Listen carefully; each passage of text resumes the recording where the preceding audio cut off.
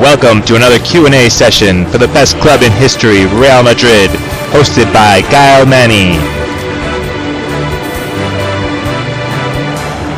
This is a Madridismo.org production. Hi everybody, welcome to this Q&A session. Today we are with Apakshit and Tanuj. Hi guys. Hi. And we will be celebrating this weekend because I guess that, courtesy of Osasuna and then of our own team, we are now 10 points ahead of Barca in the Liga. So that's a pretty good thing and we're going to be celebrating, but I guess the guys are going to have also things to criticize. I know I do. And Mourinho did. So we still have plenty to talk about. I just want to say something really quickly. Just wanted to let you all know that we will be giving away a free Real Madrid jersey to anybody who is a signed up user on our site with a photo and who makes the most comments this month. So, go ahead and comment and sign up first. Okay, so guys, the first question I have is probably the question that was the most asked yesterday by all the journalists. Do you feel that, the Liga is ours already, unless we really mess up? Or are you still very cautious like Mu and the players seem to be? Would you like to go first, Tanuj? How about you go first? Somebody needs to wake up. No problem. So I feel that we still have a long way to go, and we shouldn't think that we have won the league already, because there's still a long way to go. And we shouldn't become complacent, and we should just keep winning games and maybe try and get the guard of honor when Barcelona play us next. Okay. So more cautious, okay. I would also think that until it is mathematically ours, we should not be complacent and just go along with the season as it is, rather than thinking that it's already won. 10-point advantage is a huge advantage, yeah, I admit. But until there is a mathematical possibility that they can come back, let's not get ahead of ourselves. Okay, yeah. Well, yeah, I agree, but... No, I do agree, there's no but. I also think that since 10 points is a lot, we would really have to mess up very, very badly for this for us to lose this. It's like if we keep working the way we've been working, it should be good.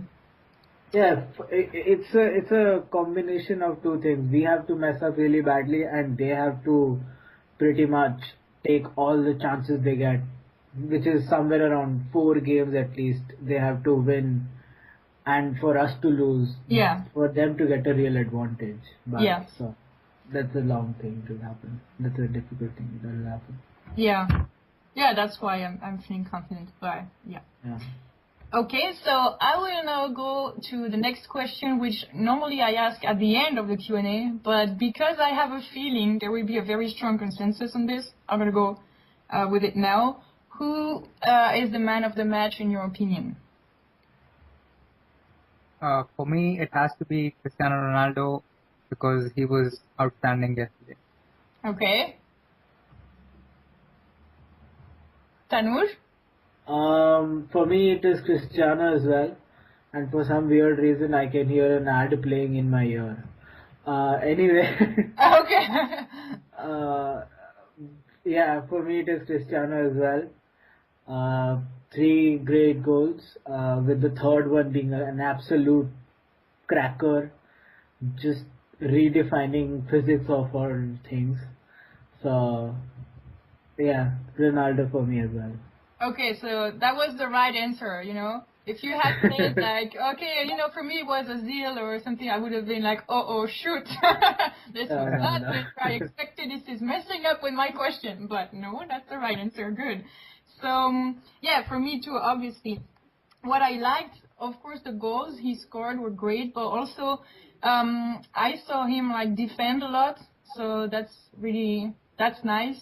And also I saw him like start counter attacks from our own area.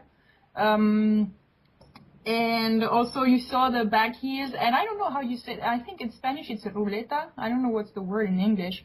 Like it's kind of like seesaw movement you do when you're in the air. See what I mean? Bicycle kick? A what? Yeah. Bicycle kick? Bicycle kick. Oh, okay, yeah. Bicycle kick. That was great too. So he was very, he seemed inspired yesterday. Yeah. His one-touch passing and attempts at creating chances for others were great as well. So he was great. He was charged up for the game. Yeah. Okay. Butragueño said he was, essential to the team. Other players said so, and I remember that a few weeks back, I asked, would you bench Cristiano when he's not playing well? So I think that's the best. He gave the best answer, and the stadium started chanting his name. And when he was asked how he felt about that, he had this smile, like almost shy, kind of endearing, really, saying like, "Oh yeah, it's really great. I'm very happy about it." So that was a nice turn of events. I hope that we keep seeing that from him. Yeah.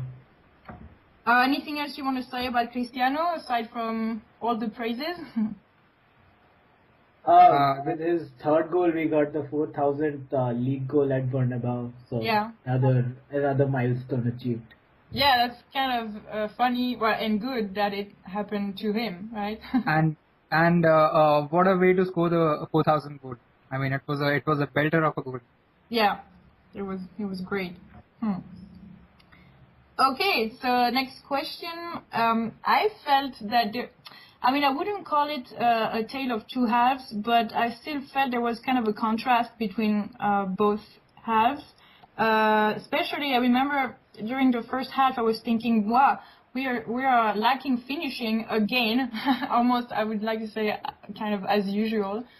And in the second half, I felt that yes, we didn't score all the opportunities we had, but there was still a lot of them that went in the back of the net. So did you see that also? Do you agree?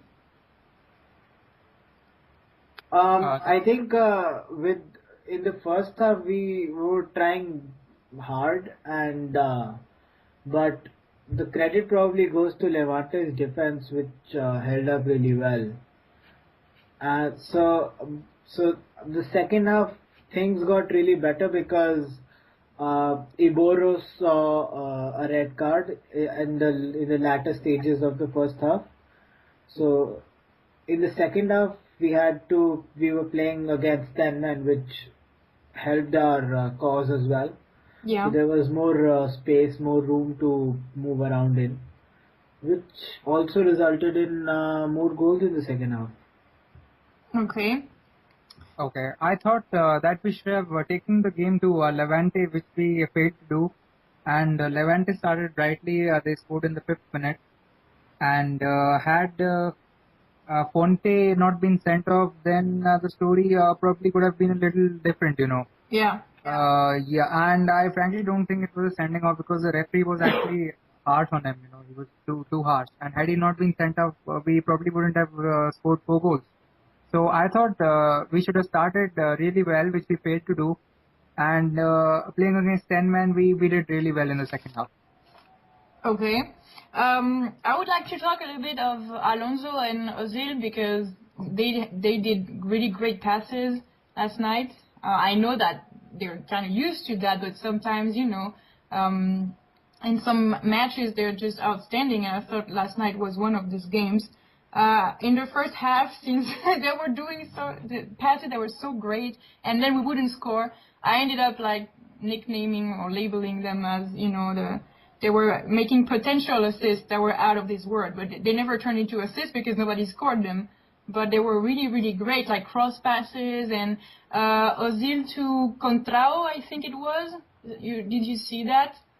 That Contrao didn't expect it to arrive, and he was surprised and he couldn't get it. But this pass that Ozil did took the defense by surprise, and went over the whole defense, and it was really, really nice. I think it would have misled the goalkeeper if Contrao had arrived on time on it.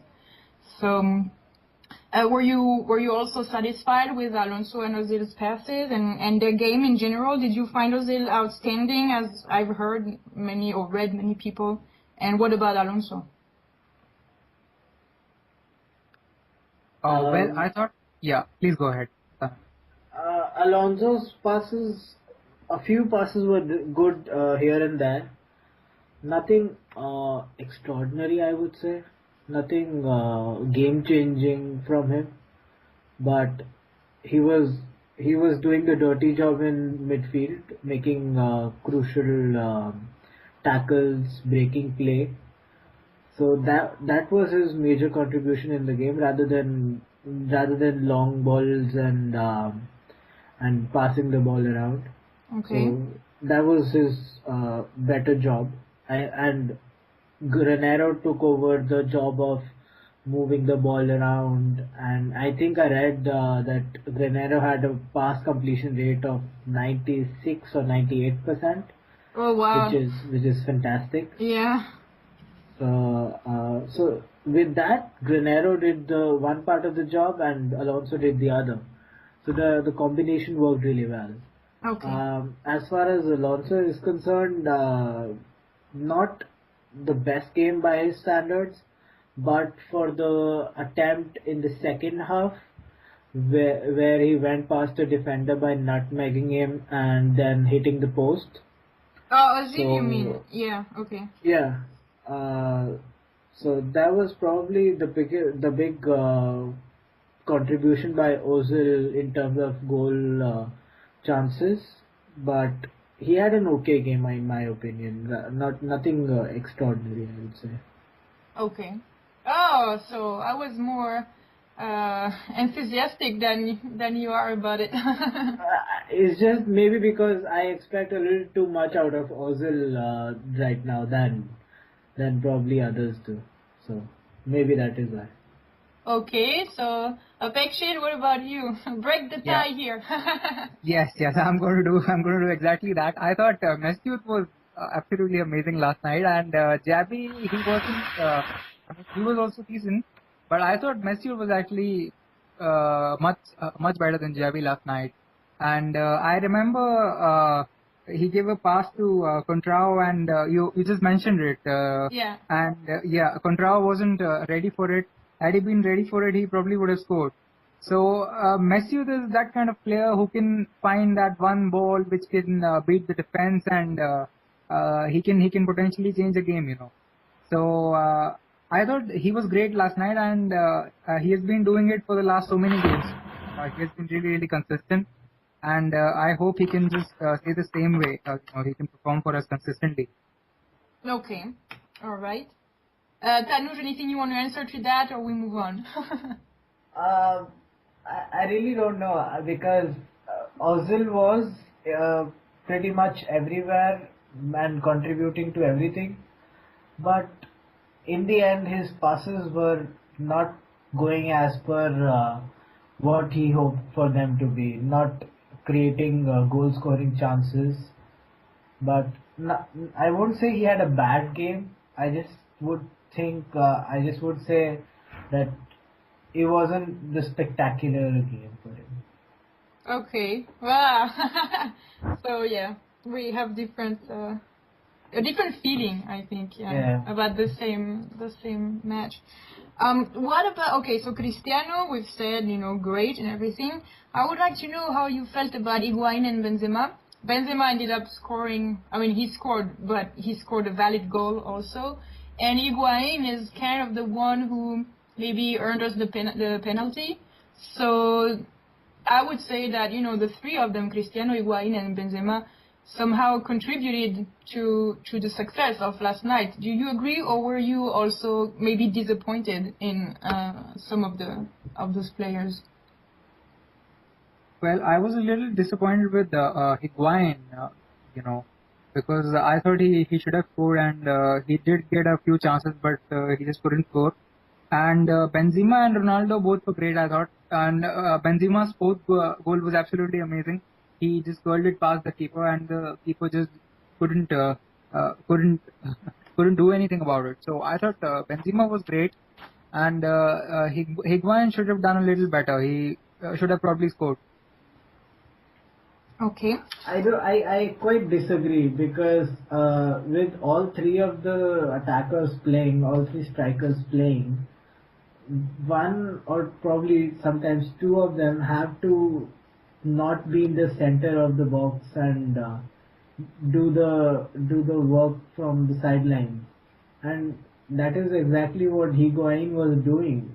He hit the post early on in the first half, and then he created the second goal for Ronaldo to head in. So Yes. so nothing, not that he didn't have goal scoring chances. He did.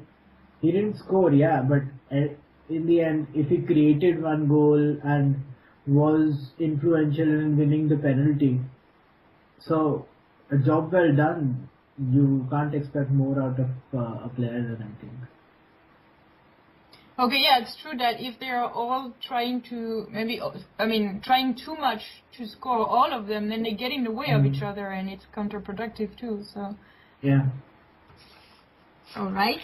Something that Javi was pointing out earlier this week and again last night was that it's amazing that we're achieving all those wins without Di Maria, and so that got me thinking. When Di Maria is fit to play again, how do you think it will work out for him? Do you think he will earn his spot back on the team like before? Since the team is such a good dynamics, he will have to somehow, quote unquote, fight for his spot, and if he does have to fight, to whom? Like Ozil, Kaká, who would be left on the bench if he starts?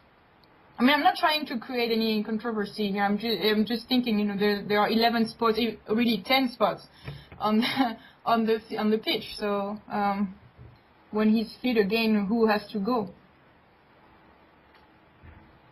It's difficult to say who has to go because it will all vary depending on who the opposition is. He would have to fight for a spot given he's returning from a very long-term injury. So he would be rusty in the beginning. So in the initial few weeks at least, I would think that he would have a substitute role rather than starting off altogether. But he would fight for the spot. It has never been easy enough with Ozil, Kaká, and Di Maria, all three contenders for the attacking midfield role. So it's been always a very difficult position to play for Real Madrid. So it's always been the same way, and it will continue to be the same way, I guess. Okay. Yeah, well, I think Di Maria will have to fight hard for his spot because for a club like Real Madrid, I mean, it's one of the best clubs in the world, and we have the best players playing for us. So I think it's going to be hard because he's not going to start a game, right away. He's going to come on as a substitute, as my friend Tanuj said. So probably after a couple of substitute appearances, he would regain his place, but then he'll have to fight hard. Okay. Yeah. Okay. So he will have to fight. He won't be just reinstated like that out of nowhere. Yeah, because the injury was very long. That's the problem. Yeah. Okay. Another topic I wanted to discuss was what I, because I like music, I like to call this the duets, but I guess you could call them the combinations. The Ozil and Kaká, not yesterday, but in some previous matches we saw them together. Benzema Higuain, like last night. Are there any other combinations that you would like to see? And I'm gonna hint at something, but you can choose to answer about that or not. For instance, Xavi and Sahin, or anybody else. Like, do you like these combinations in the first place, and what other combinations would you like to see? Okay. I would like to see more of Sahin and Last Diara. I would like to see how they gel along in the middle of the park. Together, Because you mean? yes, together. I mean, Okay. and I've hardly seen I've hardly seen anything of Nouri Sahin. I've never seen him play. So yesterday also he was left on the bench. He did not get a chance to come on. So I would love to see how they gel along. Sahin and Lasdia. Okay. I disagree. I would not want to see that at all. Only because of the fact that Last gets caught out in position, and also because his tackling ability is not the best. He is a hard worker, but he lets go of many fouls. So not the best thing to do in the center of midfield. And as far as Sahin is concerned, even when he did not make an appearance yesterday, I am pretty much sure of it now, or think that this is the case, that until and unless the La Liga is sealed, Sahin won't be a regular part of the team, even though he would make the bench, but not come on to play. So if and when we win the La Liga, that is probably when he will come on. Or if that doesn't happen, then he is down for the next season. So he will start off with the pre-season, build up to the next season altogether, rather than being used in this season. And as far as the duets are concerned, I really like Kaka and Ozil together. And another combination which I liked yesterday was Alonso and Granero playing together.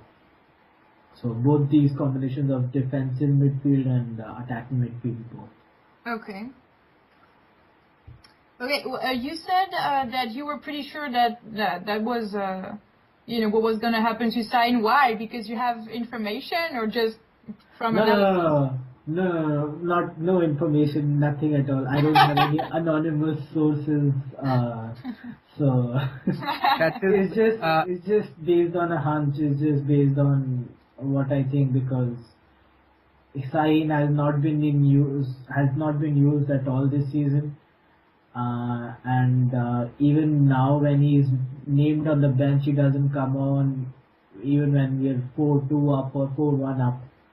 So even when he's not coming on now, then probably not until things get easier for us. Okay. Apakshit, you wanted to say something? Yeah, I just wanted to say that that's his gut feeling. Yeah, gut feeling.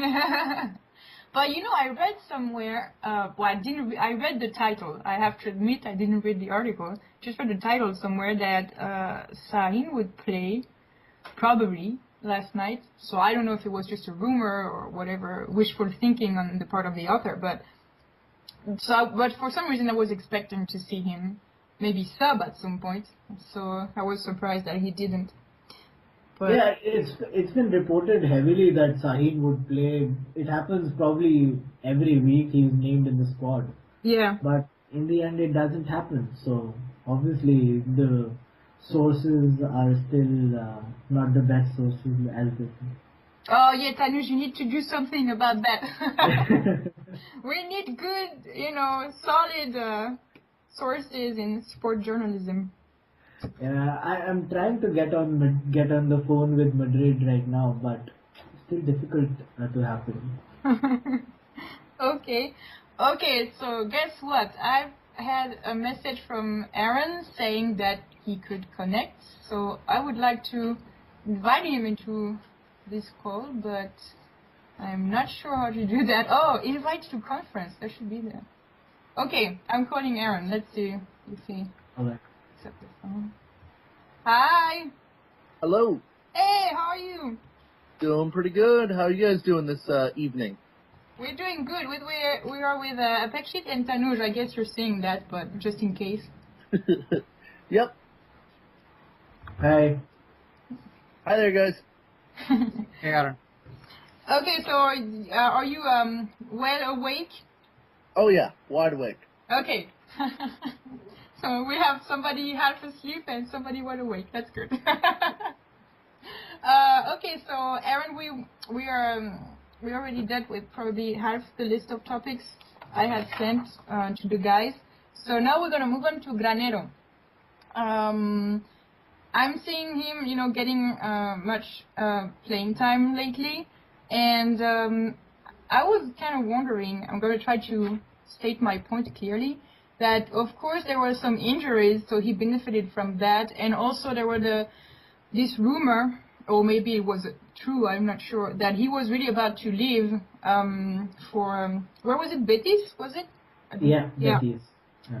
So I'm wondering if that's just the reason why he's playing, or if there's another reason, and therefore I'm also wondering how does off-pitch things, off-pitch events affect then what you see on pitch, if you have any insight to give on that. Is it clear what I'm saying, this question? Yeah. Okay.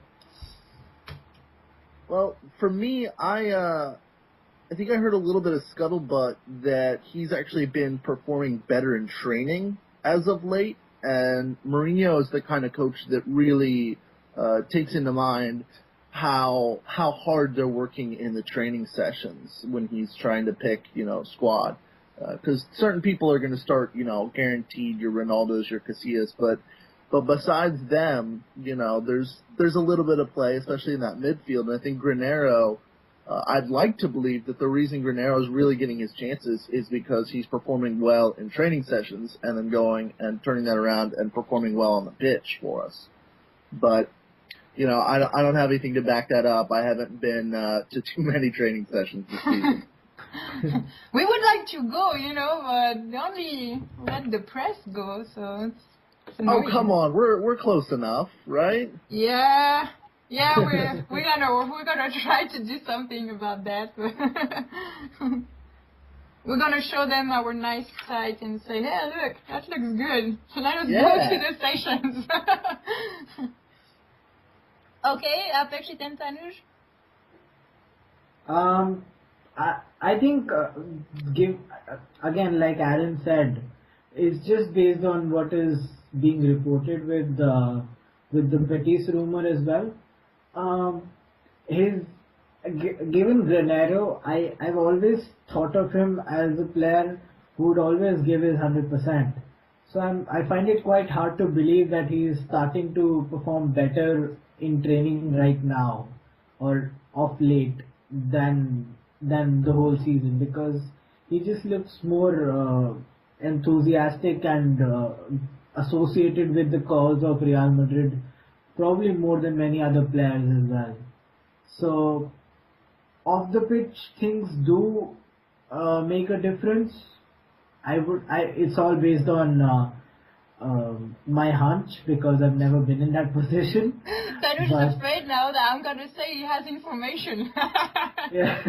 So right away he says, no, it's just my hunch.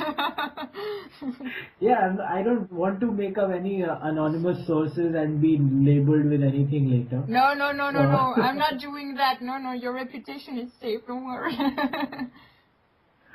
So it's just based on what I think will be the case. Off-field things will make a difference in the player's mind, but until and unless they are really that strong, I don't think it matters all that much. Okay. I think that Granero, he started getting playing time. I don't know why, but then he should just make the most of it. And I also read that he wanted to leave. He wanted to join Betis, but then he has not been able to do that. So I think whenever he gets a chance, he should just make the most of it, like he did last night. And I'm not quite sure why he has started getting plenty of playing time. Maybe he's doing well in training or something like that. So the most important thing is he should just make the most of his chances. Yeah, true. You have to. Oh, I'm sorry. Go ahead. The major reason why I think Granero is getting more playing time is because Khedira got injured. So to fill in his spot, that is where he's playing. So he does a better and tidier job than Last does. So he's getting probably more playing time than Last does. And for the Betis rumor, the Real Betis manager was reported to have been saying that that the player had nearly joined. There was nothing reported about Granero saying something. It was just the Betis manager saying that the transfer was nearly done, almost done. Nothing which Granero said, so can't label saying anything to him. Okay. I wanted to say something, and I'm Sorry. No, it's okay, it's okay. Oh yeah, I want to say, you have to give him credit for, like Apakshit is saying, for making the most of the opportunities he's given, because not every player is capable of doing that. And the other thing I wanted to say, oh yeah, now I remember. So, are you guys thinking that when Khedira is completely fit again, Granero is going to be back on the bench? Yeah, I personally think so. Wow. Yeah, Aaron, you said something? I wouldn't be surprised at all. I don't think it's for the best. I'd like to see more rotation in our midfield. I mean, Granero definitely gives something different than Sami, but Mourinho likes his favorites, and he really likes Khedira, who's, a fine player. He's certainly not the best player on our team, but he's a fine player, so. Okay. Yeah, I agree with Aaron and Apakshit both. I think Khedira would get the bigger chunk of the playing time, and Granero would lose his usual playing spot. So it was just sad to see, because Granero has been performing really well. Yeah. But that's how it is, I guess. Yeah, that's sad, and also not seeing Sarin play is sad, but there are only 10 spots on the team, since, Iker has his spot pretty safe. Yeah. Okay, I would like to move to the defense. When we receive goals, it's kind of easy to blame the defense for it. Well, it's kind of their role anyway.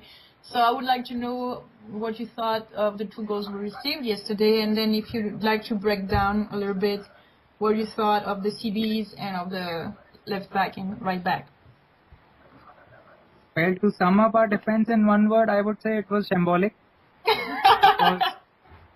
Yeah, the first one which we conceded was again a very cheap one, and I'm getting this feeling that we're going to pay the price in the Champions League, maybe not against CSKA Moscow, but against some club which is better than CSKA Moscow, because I thought Cabral should have been marked in the box, and Pepe was the closest man to him, I thought, and Pepe should have done better, because it was he was free, and it was a free chance for him, to score. And from 3 or 4 yards out, Casillas also cannot do much, And same was the case with our second goal, which was scored by Kone.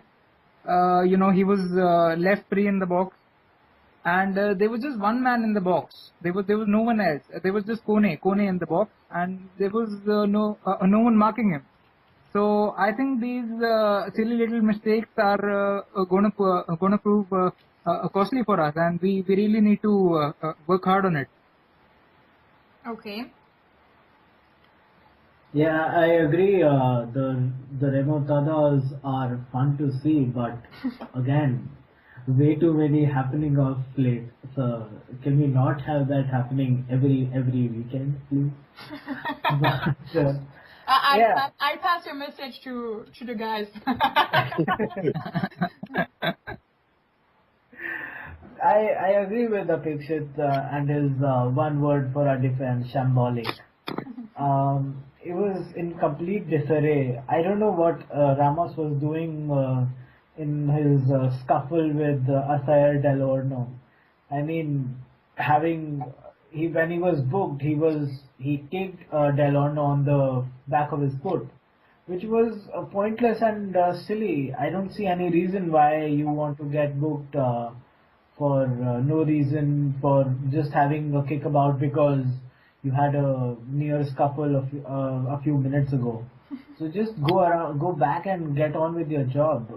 Even a few minutes later, Ramos was the last to get into the box because he was having a push and shove match in the other end of the pitch. So Pepe did not do a good job yesterday, I think. Contrao was He was patchy. everywhere, no? Yeah, Contrao was patchy, I would say. He was not. They were not attacking from the right all that much anyway. So his job wasn't. His role wasn't in use that much. But Pepe for me was probably the worst player yesterday. Oh, wow, okay. Oh, yeah, because we already did, Aaron, you don't know that. We already answered the question of man of the match. Let me hear yours, just in case. Ronaldo, of course. Okay, that's right. Okay, that's the right answer. That's the correct one, yeah. Yes. But okay, yeah, we actually didn't talk about who would be the worst player. I usually don't like asking that, who was the worst player, because it sounds really bad. It's okay to praise, but otherwise I feel bad about it. But okay, Tanuj, you say Pepe? Yeah. Okay, if the others want to, casually say who was the worst players, you can insert it in your answer, like, in a subtle way. That's fine. I go with Ibora. Yeah, okay.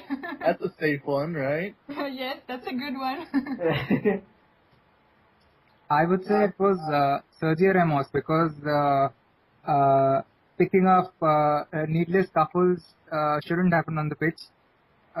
We were they were playing with 10 men. Maybe he thought I'll get myself sent off so that the numbers will be leveled, so that they can also play 10 versus 10. So I think he was really lucky not to have been sent off because as Tanuj said, he was kicking and doing all sorts of things which a professional shouldn't do. So I would say it has to be Sergio Ramos. Speaking of which, Apakshit, I was shocked when I read your comment a few weeks back about you willingly, like on purpose, what was it, tackling an opponent, and you knew what you were doing. I would have never expected that from you. Well, he was also doing it repeatedly, so I just responded once. That's it. Okay. No, he was doing it repeatedly. Okay. I'm just saying. And that kind of is the explanation for me for Ramos kicking at Del Orno, because I think in the very same play you can see Del Orno throwing his forearm into Ramos's face just before Ramos kicks out at him. So it's not a situation where I'm proud of what Sergio did, but I can at least understand it, because it wasn't something that was just out of the blue. It was something that was definitely a retaliatory attack, in my opinion.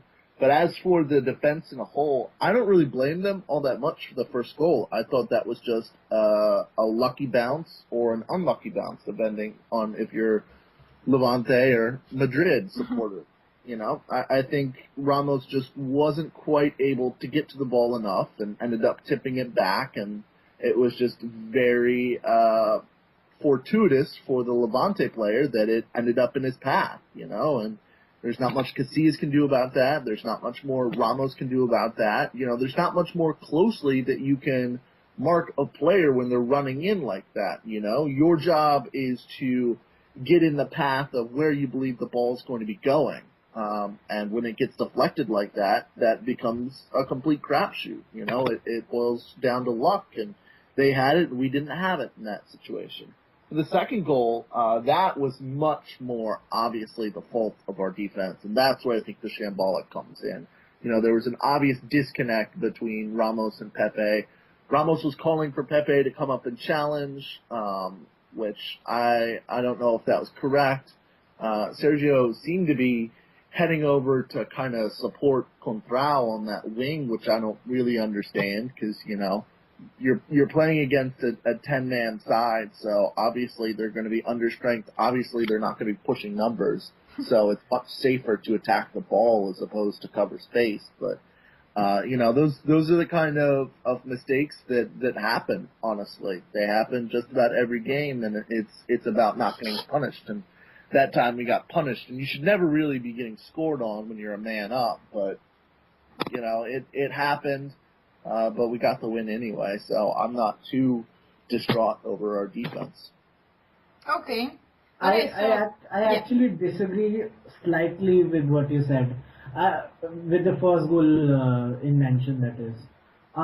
It was lucky that Ramos got a deflection. Lucky for Levante, that is. So it was lucky in respect that there was a deflection and he headed it back. He headed it forward, but it was unlucky. It was bad on our defense. It was awful defending in respect that Cabral, I don't know whether I'm pronouncing it right or not, but he was just completely unmarked, and he headed it into the near side of the goal, near post, which technically shouldn't happen. I mean, you shouldn't leave the last man of a free kick unmarked completely near the goal. So that's probably the defense to blame. I don't know that I agree with that. I don't think he was necessarily unmarked. I mean, in a dead ball situation like that, there's going to be some space between the defender and the attacking player just by the simple nature of the game. Like, unless you're fouling him and holding on to him, there's literally no way to be within, a couple centimeters of their body. So there's always going to be that little bit of space, and he wasn't 2-3 meters open. There was definitely traffic around him. It was just when he jumped up, that ball just happened to be deflected into his path. If that ball hadn't been deflected, I fully believe Pepe would have gotten that first. And it's the same thing with a keeper. If a shot's coming in at goal and it gets deflected off of one of your players or the other player and it goes in the opposite direction, you shouldn't be getting scored on your near post, yes, but when the ball gets deflected, kind of all bets are off at that point, Well, I sort of still agree and disagree both, because 1 or 2 meters is a huge gap, but I would still think that being the last man, you would expect a better marking than what it was. Not completely, but given the room that he was in to head it in, that is something that you would not expect of a team which is in at the top of the league, Just to add a little, from set plays we are supposed to man mark players and take them out, and it was Cabral is a defender, and he found space in the box and he made the most of it. Had there been a defender to just put him off, had there been a defender who just jumped with him so that he could have been put off, that probably wouldn't have been a goal, So you need players who can put off players in the box. You need defenders who can go with them up, and for that you have to man mark them. That's the only way out. I know why Aaron is not so disappointed in the defense, because in his last edition of Winners and Losers, he put both Ramos and Arbeloa in the winners, so now he needs to, defend them. I got you. So, what did you think of Arbeloa, Aaron? Since he was on your winners list, but it was kind of like you were maybe a bit hesitant about where to put him. No, you said since I don't usually expect much of him, then so. I thought he had an all right game. I wasn't particularly disappointed in him. I think perhaps if you were going to blame somebody for that first goal, he would share blame. Since that was coming from his post. But I thought he had a typical Arbeloa game, which after a run of bad form, that's enough to get you on the winners list, but just after having a decent game last time out, it's probably not going to get him back on there again. Okay. All right. So what I think we've covered the defense now, and we have to agree to disagree, like it happens usually. Yeah. Okay, you were all discussing the fact that we shouldn't have, or it was okay depending on what you think, should have been scored on a set play like that. And the journalist asked Mourinho about it, and he said that basically he thought the players lacked focus in the first minutes, the first minutes of the game. Do you agree with that? You think they're overconfident? That's kind of what Mourinho said. I was going to say implied, but he actually used the word, so it's not even implying. He said, they join the pitch, they're overconfident in their potential, and then they lose focus, and then they do very good second halves. So do you agree with that? With this, analysis? Oh, absolutely. For me, anytime you're in, one of these two-team races and you're playing after the other team and the other team drops points, it's human nature to get complacent. I mean, if you look at what the Madridistas across the world were saying before the game was even played, it was a guaranteed 3 points. This was a win. Oh my gosh, we were 10 points up on Barcelona. So and that kind of behavior by the fans, it's certainly safe to assume that same kind of mentality was permeating the Madrid locker room. So I totally agree with Mourinho. I think there was a decided lack of focus. I'm not changing my opinion on the first goal, but I think perhaps more focus might have prevented it. Okay.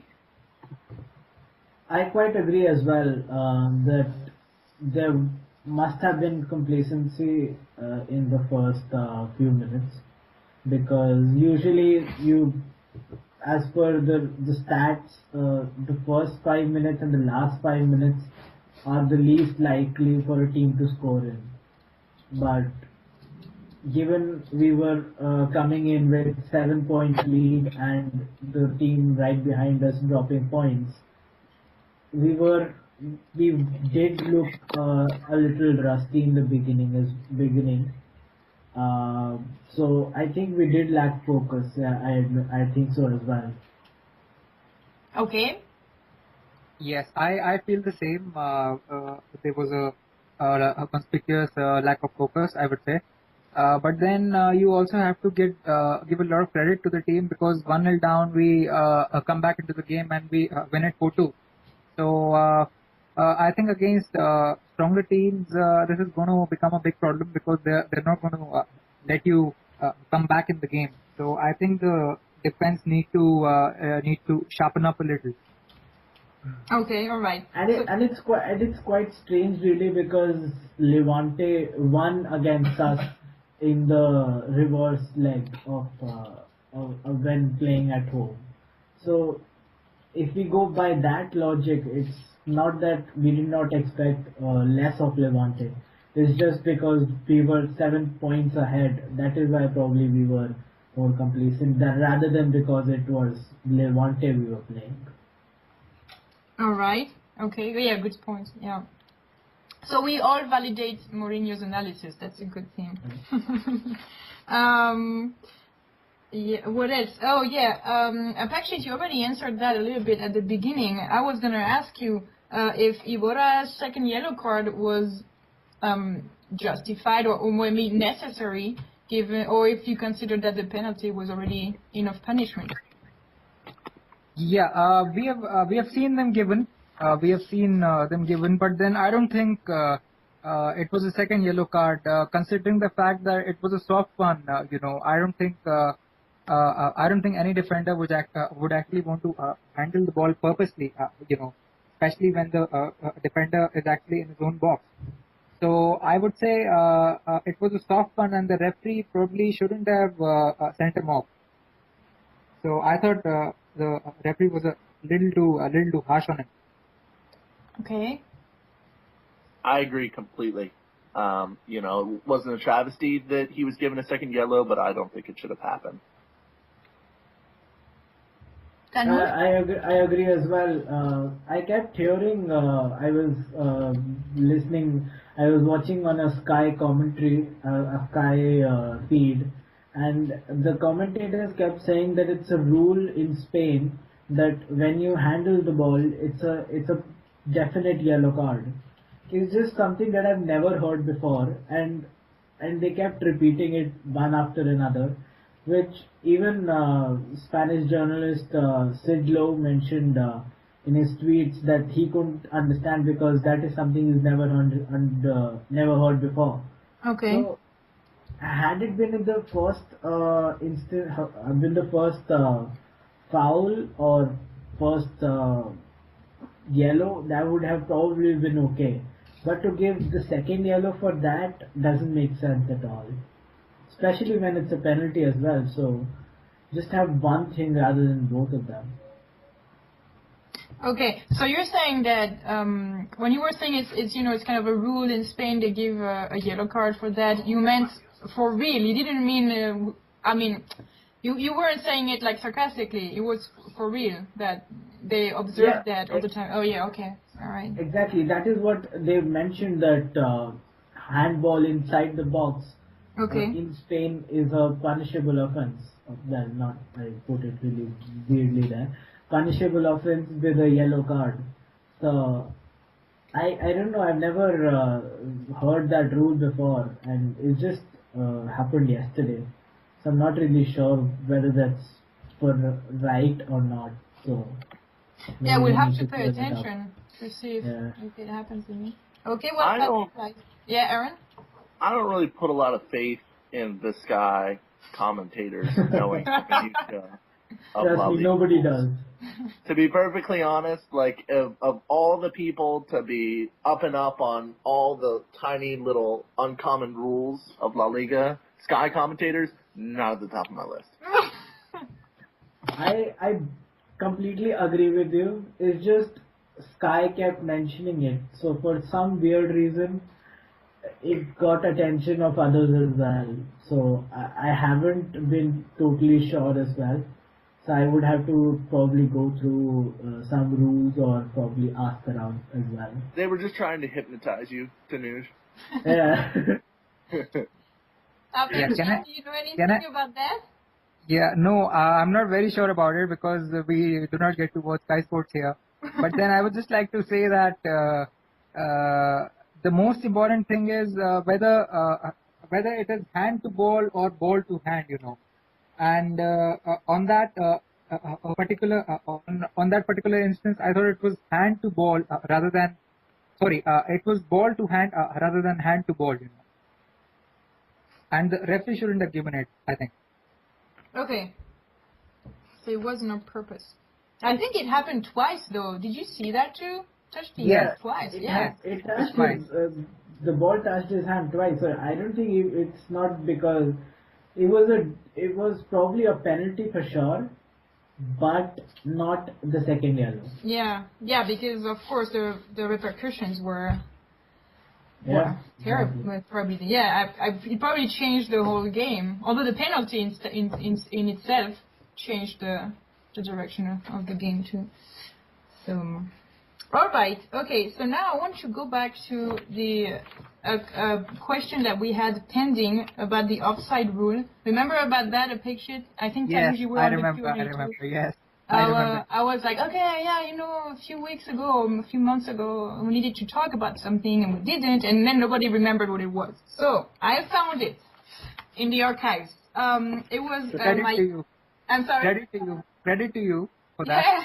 Yeah. So Mallorca, Real Madrid, we won.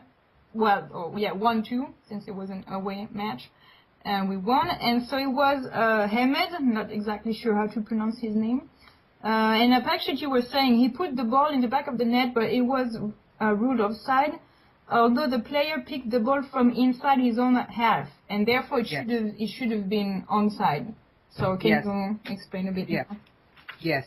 I thought that was a very, very poor decision because the rules clearly say that when a striker picks the ball from inside his own box, he cannot be flagged offside. Simple as that, But then Hamed was actually flagged offside. I don't know what the linesman was doing, I seriously don't know, because he was clearly inside his own half by say 2 yards. It was not even a close call. It was a terrible call. So the rules clearly say when the striker picks the ball from inside his own half, he just cannot be offside. Okay, so now it's goalkeeper. I don't remember that instance completely. Was he ahead of the last defender? I think he was, but he was in his own half. Yes. Yeah. Yeah, so if he is in front of the defender, then it doesn't matter whether he's in own half or the other half. No, it actually does. The laws of the game say you can't be offsides on your own half of the field. Okay, so. Yeah, so it's a simple blown call. If he was in his half of the field, there's no possible way he could be offsides. Tanuj, it just really doesn't matter whether he is level with the last defender or not. If he picks the ball from his own half, he just cannot be flagged offside. Simple as that, It's a rule set by FIFA. Well, the only thing about that is if he's in an offsides position and then comes back to an onside position on his half of the field, he can still be flagged for offsides. Yes, you're right, but then he was not trying to do that. Yeah, I'm not saying that's what happened. It's just okay. I wanted to make that clarification. Okay, so if he was in the other side and he was coming back, then that could have been ruled offside. Yeah, okay. Oh my gosh, this is so complex. I mean, almost every time we're discussing like, yeah, this could have been offside or not. We're not sure. The referees sometimes they don't apply the rules consistently either. So, what about Benzema's? It was Benzema's, right? Yeah, I think position on the goal that got cancelled. Since Higuain didn't touch the ball, it shouldn't have been offside, right? Yep, another bad call. Those happen all the time now. It's really tough. I'm being flippant about it, but offsides is one of the toughest things to call, in my opinion. And those kind of calls, sometimes they go against you, sometimes they go for you, and that's just part of the game. Yeah, I think it's very hard, and I guess the strikers, they kind of try to they don't play with it, I don't think, but it's kind of their art also and their talent to be at the limit, right? To kind of mislead the defenders. So then if the ref and the linesman, they make bad calls, it's kind of it ruins the whole their whole work on that. It's kind of a shame, but I don't know if the video could help with that at all. Yeah, I agree with Aaron's assessment of the rule, that it's a very difficult rule to work with for the sideline referee. We give them so much stick for it, but to be honest, if we were on the end as the referee as well, it would be a very difficult job to do. I didn't know about the rule altogether, about the Mallorca game rule, so I just learned something new today. As far as Benzema's goal is concerned, a very difficult thing to call. Initially, I had thought Benzema was offside when Cristiano played the ball, but since he wasn't and Higuain didn't get any touch on it, it should have been onside. But a very difficult thing to call, so I wouldn't really say that the linesman is just completely awful on that occasion. But do you think a video could be used to help out on that, or what's your position on that, on video? Well, if we use the video technology, it would take away the spontaneity of the game, and I don't think it would be good for the game.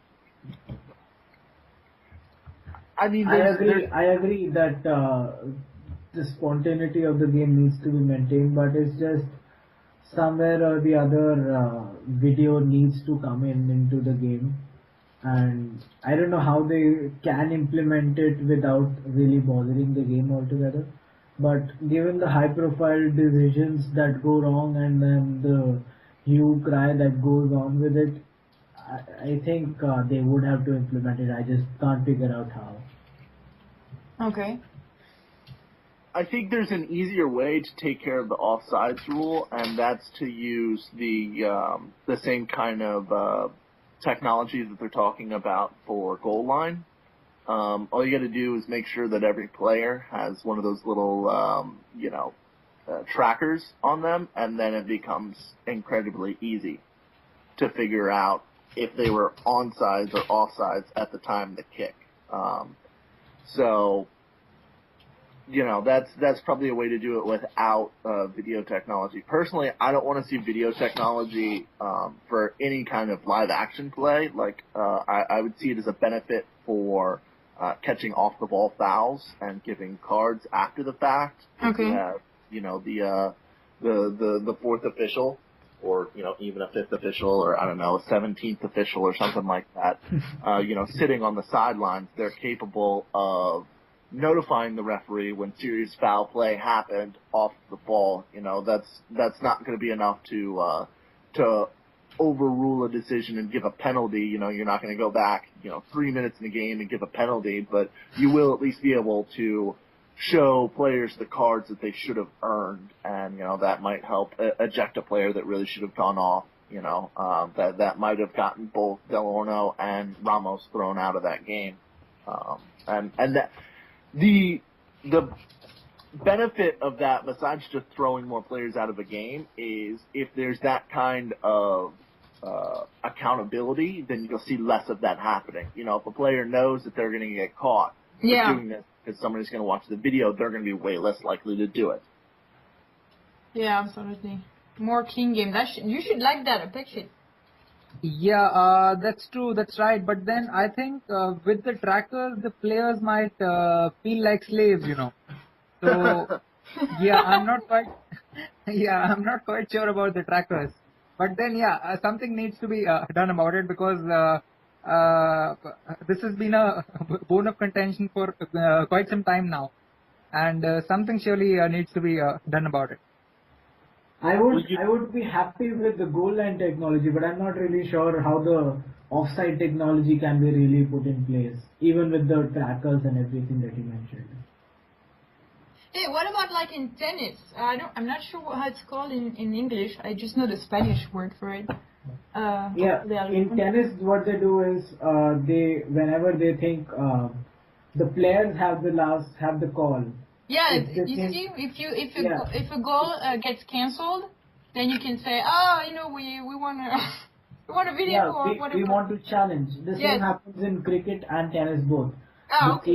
The team which feels that it has been hard done by, it challenges that decision, and then it goes to the team with the video umpire, and they make the decision after seeing many replays. So it's been in use for quite some time in cricket, and even I think American football and rugby both use it as well. Oh, really? Tennis implemented it a few years back, and I think goal line technology for sure should come into play now. Please go ahead. They have the video technology in American football, both professional and college, and they have two different systems there. And then they also have it in baseball for foul balls, I believe. I don't know if there's anything else that they use it for yet, but. Okay, so it is in use in other sports, and it's efficient. Yeah. Apakshit, you want to say something? Yeah, I just wanted to say that goal line technology is surely required, but I'm not sure about the offside thing, which was actually mentioned by Aaron, because we watch the game, we watch football because it is played with pace. We watch it, and we just watch it for like 90 minutes, and after 90 minutes, it's just done. Yeah. So yeah. bringing in technology is actually going to cause delay, and it's going to take away the charm of the game a little. So I'm not quite sure about how it can be done, But surely something needs to be done for sure.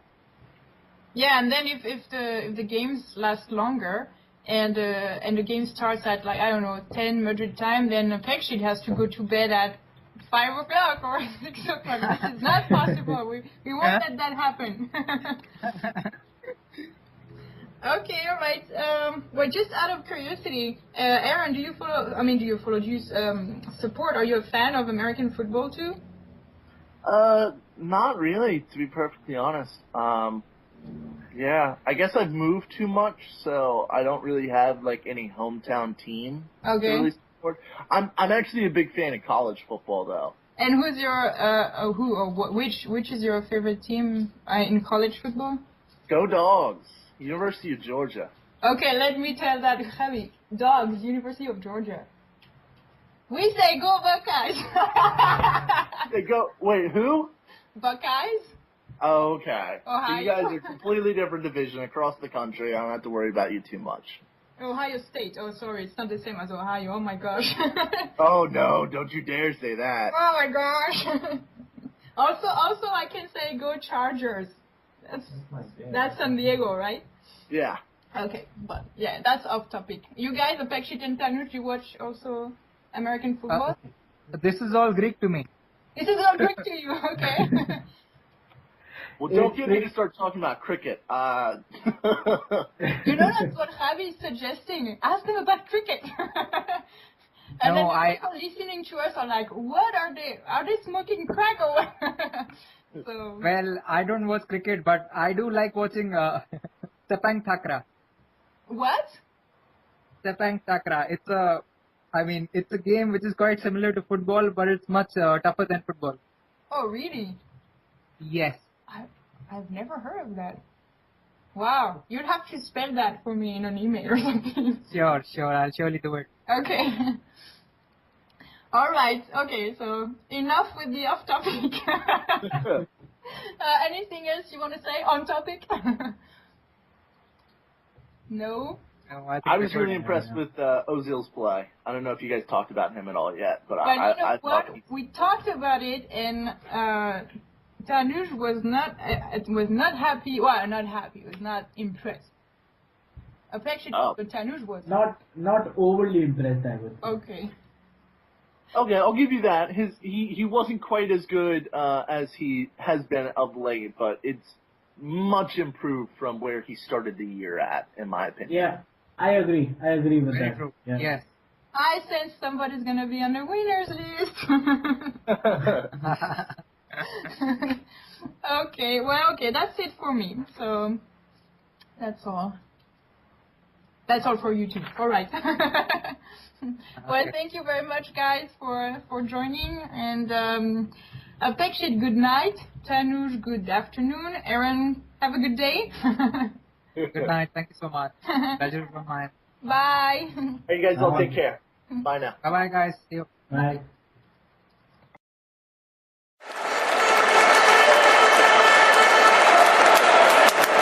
This was a Madridismo.org production. Sometimes, in some matches they're just outstanding, and I thought last night was one of these games. In the first half, since they were doing the passes that were so great, and then we wouldn't score, I ended up like nicknaming or labeling them as, they were making potential assists that were out of this world, but they never turned into assists because nobody scored them. But they were really, really great, like cross passes and Ozil to Contrao, I think it was. Did you see that? That Contrao didn't expect it to arrive, and he was surprised and he couldn't get it. But this pass that Ozil did took the defense by surprise, and went over the whole defense, and it was really, really nice. I think it would have misled the goalkeeper if Contrao had arrived on time on it. So, were you also satisfied with Alonso and Ozil's passes and their game in general? Did you find Ozil outstanding, as I've heard many or read many people? And what about Alonso? Well, I thought, yeah, please go ahead. Alonso's passes, a few passes were good here and there. Nothing extraordinary, I would say. Nothing game changing from him, but he was he was doing the dirty job in midfield, making crucial tackles, breaking play.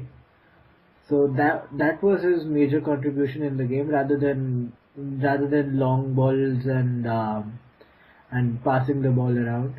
Okay. So that was his better job, and Granero took over the job of moving the ball around, and I think I read that Granero had a pass completion rate of 96 or 98%, Oh wow. which is fantastic. Yeah. So with that, Granero did the one part of the job and Alonso did the other. So the combination worked really well. Okay. As far as Alonso is concerned, not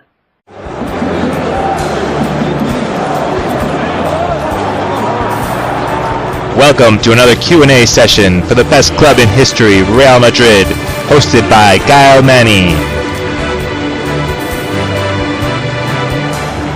This is a Madridismo.org production. Hi everybody, welcome to this Q&A session. Today we are with Apakshit and Tanuj. Hi guys. And we will be celebrating this weekend because I guess that, courtesy of Osasuna and then of our own team, we are now 10 points ahead of Barca in the Liga. So that's a pretty good thing and we're going to be celebrating, but I guess the guys are going to have also things to criticize. I know I do, and Mourinho did, so we still have plenty to talk about. I just want to say something really quickly. Just wanted to let you all know that we will be giving away a free Real Madrid jersey to anybody who is a signed up user on our site with a photo and who makes the most comments this month. So, go ahead and comment and sign up first. Okay, so guys, the first question I have is probably the question that was the most asked yesterday by all the journalists. Do you feel that, the Liga is ours already, unless we really mess up? Or are you still very cautious like Mu and the players seem to be? Would you like to go first, Tanuj? how about you go first? Somebody Sure, yeah. needs to wake up. No problem. So I feel that we still have a long way to go, and we shouldn't think that we have won the league already, because there's still a long, long way to go. And we shouldn't become complacent, and we should just keep winning games and maybe try and get the guard of honor when Barcelona play us next. Okay. So more cautious, okay. Okay, so that was the right answer, If you had said okay, for me it was a zeal or something, I would have been like, oh shoot, this was not what I expected, this is messing up with my question. But no, that's the right answer, good. So, yeah, for me too, obviously. What I liked, of course, the goals he scored were great, but also I saw him defend a lot, so that's nice. And also I saw him start counter-attacks from our own area. And also you saw the back heels, and I don't know how you say it. I think in Spanish it's ruleta. I don't know what's the word in English. It's kind of like seesaw movement you do when you're in the air. See what I mean? Bicycle kick? A what? Yeah. Bicycle kick? Oh, okay, yeah. Bicycle kick. That was great too. So he seemed inspired yesterday.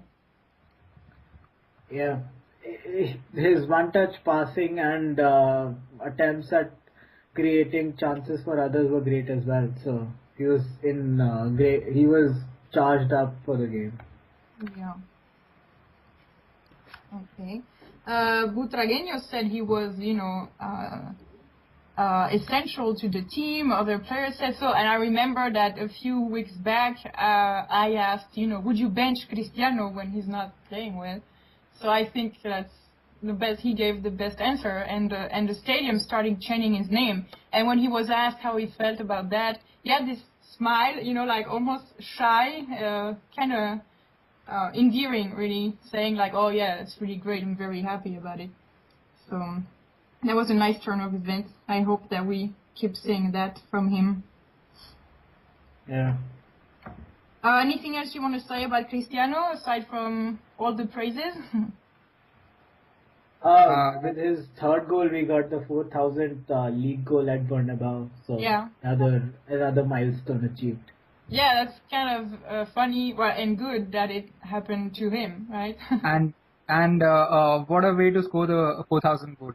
I mean, it was I would also think that until it is mathematically ours, we should not be complacent and just go along with the season as it is, rather than thinking that it's already won.